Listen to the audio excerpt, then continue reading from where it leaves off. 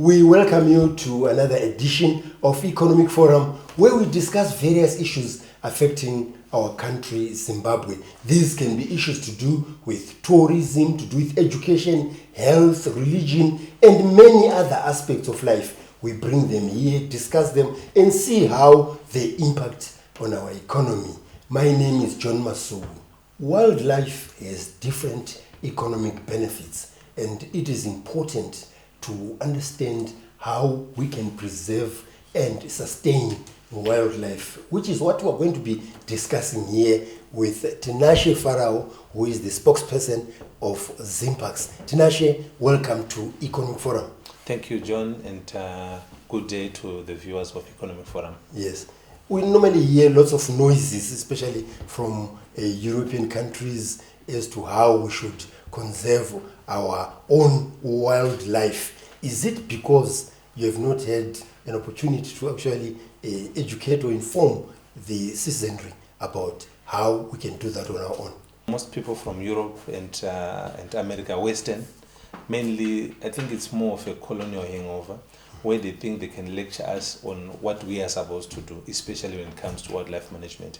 There's enough evidence to show that we have done well in terms of looking after wildlife, looking at the numbers. Most of those countries, they don't have them. It doesn't necessarily mean that they did not have them before. They had them, but they pushed their animals to extinction. And how ironic is it now that they're coming, trying to teach us about what we are supposed to do?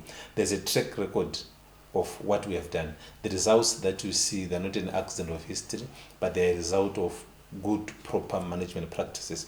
I can give you an example. Maybe in 1980, when we got our independence 45 years ago, we had a population of about 45,000 elephants in the country. Now we've more than doubled. And it shows you that we are doing something to make sure that our animals are safe. I've just mentioned one key species.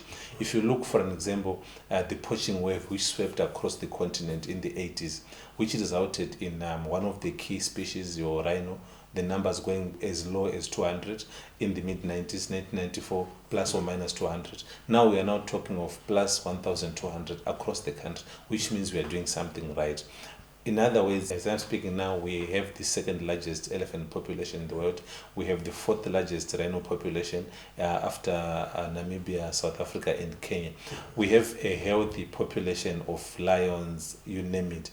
And because lions are an indicator species, the more you see them, you know that because there is enough food. We don't have a history or a record of a species which has gone into extinct since time immemorial. We don't have a history or a record of a tree plant which has gone into extinct, which shows that we are doing something right. So the most important work that we are doing is to make sure that these resources, they benefit not only the current generation but future generations. So we sustainably manage the wildlife so that our children and our grandchildren won't be told of stories that once upon a time we used to have elephants. I don't think it will happen, at least in our lifetime, because we have put systems and mechanisms in place to make sure that at least the animals continue to thrive. What is the general understanding about conservation, especially from those populations that are near the parks? As national parks, we control about 13% of the country. And that 13% was preserved for wildlife, and you have an additional 13% which is under road district councils to make sure that animals are preserved, are allowed to roam freely in at least 26% of the country. That's the other 13% which is in rural district councils. That's when we do hunting and other activities for the benefit of those communities. But the animals that we have at the moment, these things are historical. If you look at when the first park was gazetted in 1928, 1930, which is Wange National Park, our oldest park, you look at the communities that are around those things. Because traditionally as a people, we have beliefs, cultural beliefs that we have already had. For an example, if you are an elephant, Samanyanga, you'd make sure that you protect that animal. If you are a Shumba, a lion, those things are historical. Those are cultural beliefs that has made sure that we as a community understand or appreciate the importance of wildlife. And that should not be taken for granted. Exactly. It's very important. That indigenous knowledge system has helped us to make sure that we look after our animals well, and it has been transferred from generation to generation. That kind of knowledge has helped us to make sure that we respect our animals, we respect, especially if you belong to that totem. You talked about different animals like elephants and lions. Just tell us about how these animals, as well as the forests, are important to us economically. I think the understanding is very, very important. Let me give you an example. We do have two types of tourism in this country. We have non-consumptive or photographic tourism, where tourists come, they take pictures. They normally say we are shooting with the camera. They take pictures, they enjoy, they do game drives, they pay for it. It's part of tourism. It's part of the government target to make sure that we create a 5 billion tourism economy by end of this year. That's non-consumptive. We have consumptive tourism or non-photographic, where people come, they pay money to do hunting. Hunting is a very serious business, a big business. At the moment, I think we have about more than almost 1 million beneficiaries of hunting through Campfire program.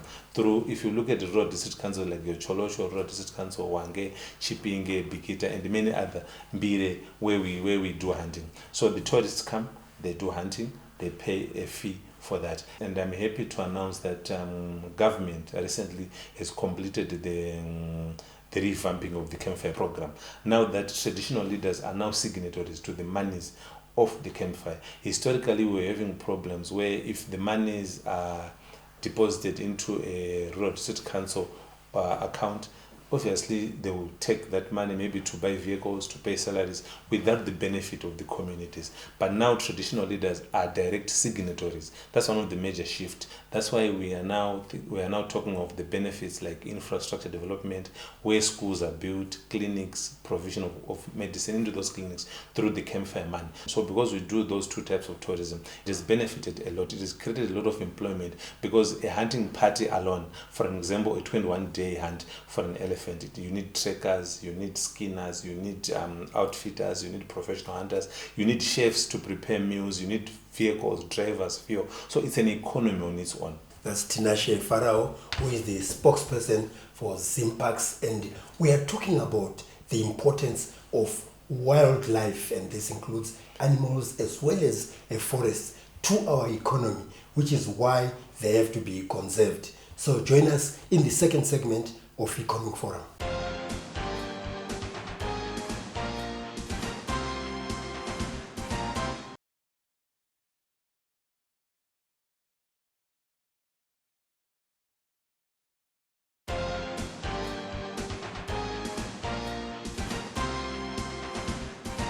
Welcome to the second segment of Economic Forum, where today we are discussing the importance of wildlife.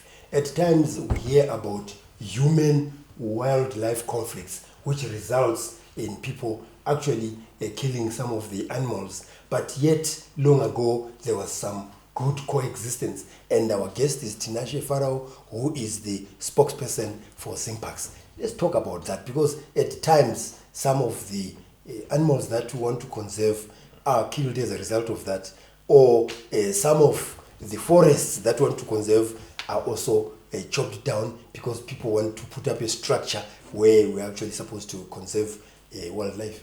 In 1980, we had a population of about 45,000 elephants, as an example. During that time, we had also a human population of around 7 million. But 45 years later, the population for humans has more than doubled. The population for animals has also more than doubled. But the land that we call Zimbabwe is not expanding. So conflict is likely to happen. There's been a lot of changes over the years in terms of settlements. And this has also resulted in this conflict. Unfortunately, we also have places which were preserved for animals. They are now settlements, especially urban expansion in areas like Kariba, Nyanga, and many other places where there's this expansion. So it's important that what we do as government and other sister departments to plan together to leave the animal corridors as they were. That has also contributed into these clashes. But like I said, the land is not expanding. The other major problem was most of our animal problems are mainly elephant, crocodile, hippo, and whatnot. So in respect to elephant, for example, or any other species like lions, these animals, they move at night. So most communities, they also do their activities at night. So we do a lot of awareness in communities to make sure that at least they minimize movements at night where there are animals. And when they see animals, we also encourage communities to make sure that they give them space, allow them to roam freely. With respect to crocodiles, for example, you'll see that most people, especially during the rain season, we have witnessed a lot of flash floods. So we encourage communities to make sure that every time when they see a water body, they must treat that water body with suspicion. It might be crocodiles. But there are also communities which rely more on that water body for domestic use and anything else. We encourage them to barricade the place so that it's clear, and also not to leave their domestic animals unattended because they become easy prey. So in a nutshell, that's the kind of awareness that we are doing to communities. But these cases, they continue to increase every time. This year alone, I think during the first quarter, we've lost about 18 people, and I think about 32 were injured. And the numbers are likely going to increase as we move into the drier months of the year, because when in the dry months, the animals then move long distances in search of water and in search of food, because there will be less water within the protected areas. And these things, they keep on happening. That's why sometimes we translocate back the animals, we capture the animals, put them back into the park. But it's an expensive process, which in some cases we don't have the money to do that, and we end up eliminating the animals. And baboons are also a major problem in most urban authorities. Here in Harare, Warren Park, there are problems. If you go to Chirundu, the same problems. Kariba, Victoria Falls, Bight Bridge, you mentioned it, Blawayo, Gwanda, you would have all these problems because the numbers keep on increasing. But what we also say to local authorities, they must also practice proper waste management practices, so that, because what is attracting the animals into their areas is food, nothing else. The baboons, when they go into an area, they're looking for food. When the elephants come into our areas, they're looking for food and nothing else.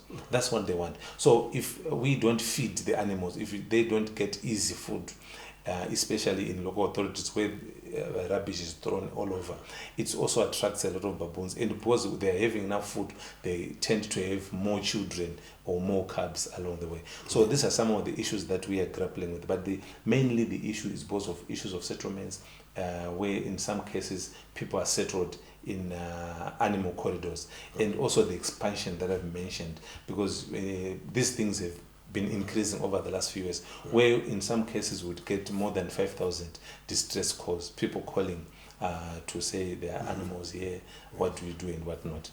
Do we still have situations whereby at times, because of the overpopulation of some of these animals, we're able to even send some of them or sell some of them to other countries? Yes, we do have... make money. Yes, of course. That has been the thing that we've been doing. We've been sending elephants to China up until CITES came and say, no. They redefined the appropriate destination. Because before sending an animal to any location, what we do is we do an assessment of the destination, so that is it fit to have an animal. So after that assessment, we then send the animals. So we used to send some animals to China for economic benefit, of course, up until it was stopped, I think, in 2019, 2020. What was the problem? The problem, they said, it was, the environment that we are restricting the animals are not safe. But we view this thing as a political decision, because our neighbors, they are still selling animals.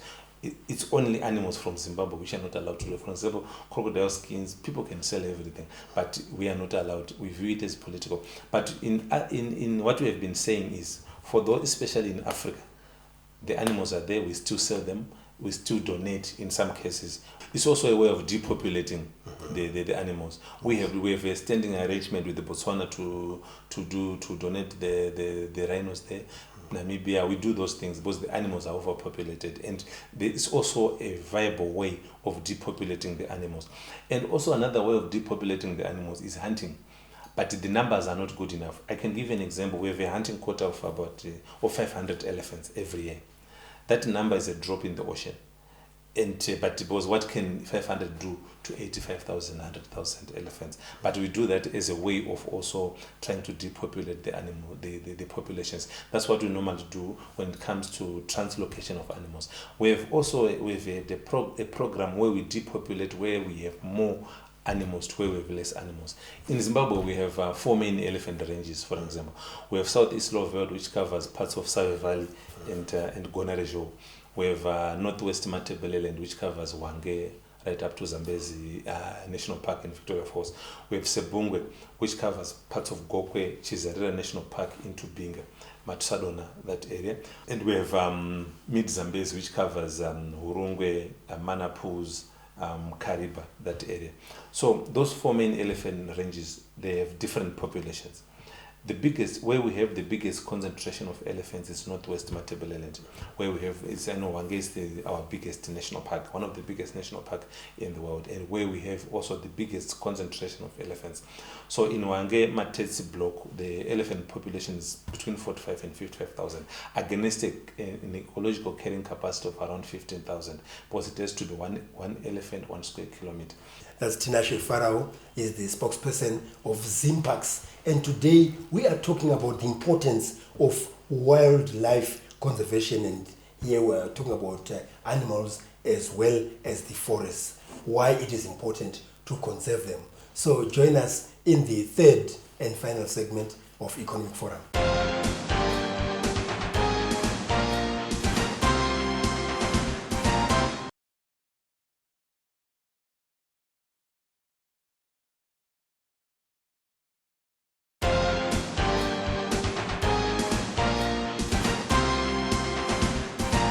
Zimbabwe is a member of different organizations that also help in the conservation of wildlife.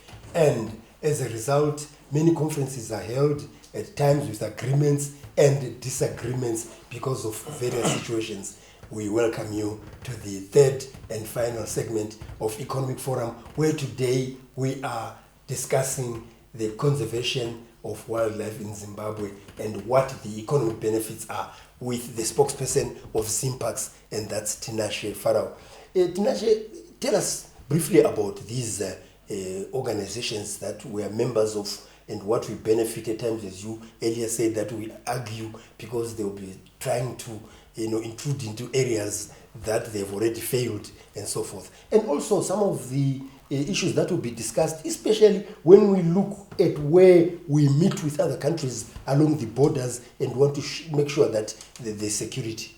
Zimbabwe, we are a party to many multilateral agreements, environmental multilateral agreements. For example, we are a member of CITES, Convention on International Trade on Endangered Species.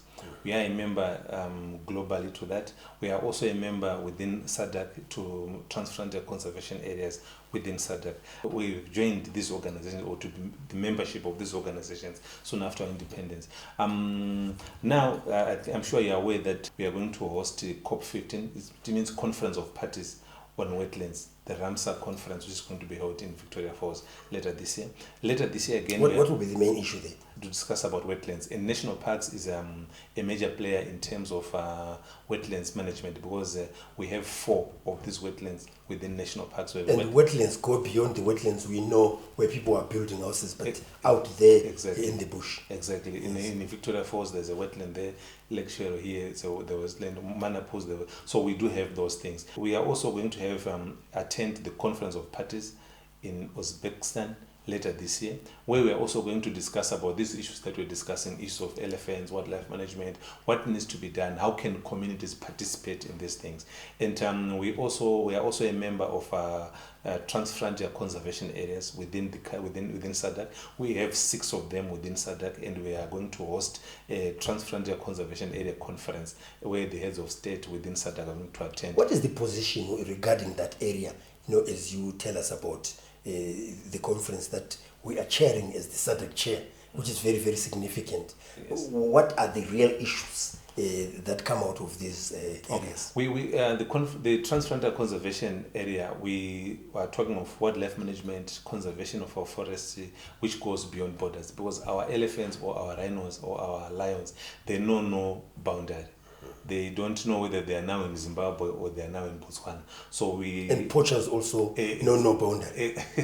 And so we create those corridors. For example, the biggest transfrontier conservation area that we have is Kavango Zambezi, Kaza, where 5 countries converge, namely Botswana, Namibia, Zambia, Angola, and of course ourselves on the northwestern part of the country. So in other words, we create animals can move freely from Botswana, Namibia, Zambia, Zimbabwe. Normally we joke and say they can have breakfast in Zimbabwe, lunch in Zambia, dinner in Botswana. The animals move freely like that. So we have those TFCAs. If you look at the southeast Lovet, they have the Greater Limpopo Transfrontier Conservation Area, where the animals can move freely from Zimbabwe into Mozambique, into South Africa. And we are also doing the same thing with our tourists. They can move freely into South Africa, they cross into Gonarejo National Park, into Limpopo National Park in Mozambique. They can move freely from Mapungubwe in South Africa into Botswana, into Beitbridge. They can move freely into Manapus, across into Zambia. They can do the same in Zambia, getting into Zimbabwe, Botswana. So these are the corridors that we are creating. And no one will claim that most of our elephants have moved into your country. Exactly. Or most of our lions, have done this. And most importantly, the animals are clever. They know where there's danger. Where they are threatened, they don't go. Where they are safe, they go. Tinashe, there are also some threats that do come out of people wanting to do other business in conservancies, either farming, mining, and so forth. And yet you have to be strict to make sure that a place is conserved. Even in other countries like in the Jordan and so forth, they will make sure that you just build around the Dead Sea and other things. Are we doing that here? I think there's been a lot of pressure, maybe from other stakeholders who have been making inquiries wanting to do mining in our protected areas. And I'm happy to say we don't have a history of a mining project happening within a protected area. A protected area is a national park. Examples of those, Hwange National Park, there's no mining in Hwange National Park, there's no mining in Gonarejo National Park. But there are also safari areas where other activities like mining is allowed, and also hunting. So I think that has been the issue of late. But we are not mining in any of our national park. So when all is said and done, are we sustainably protecting what we're supposed to protect, especially with regards to wildlife? True, we are sustainably managing this resource for the benefit of current and future generation. And be rest assured, the wildlife is in safe hands. We are doing everything in our powers to make sure that our animals are safe. That's Tinashe Farawo, who is the spokesperson of Zimpax. He has been talking about the importance of conserving our wildlife and also how we cooperate with different countries who have different views and different situations, but we maintain what is important for us. All you can do is to ask further questions if you have any queries on the numbers that are showing on your screen, and we invite Tinashe and other guests that we've had here to explain that. If you'd like to engage with these people and ourselves, you can do that on the social media platforms that again are showing on our screens. If you happen to have missed some of the episodes of Economic Forum, you can watch them on our YouTube channel, which is Economic Forum Zimbabwe. So on behalf of our guest today, that's Tinashe Farawo, who is the spokesperson of Zimpax, and the production crew of Economic Forum, this is John Masugu wishing you happy viewing.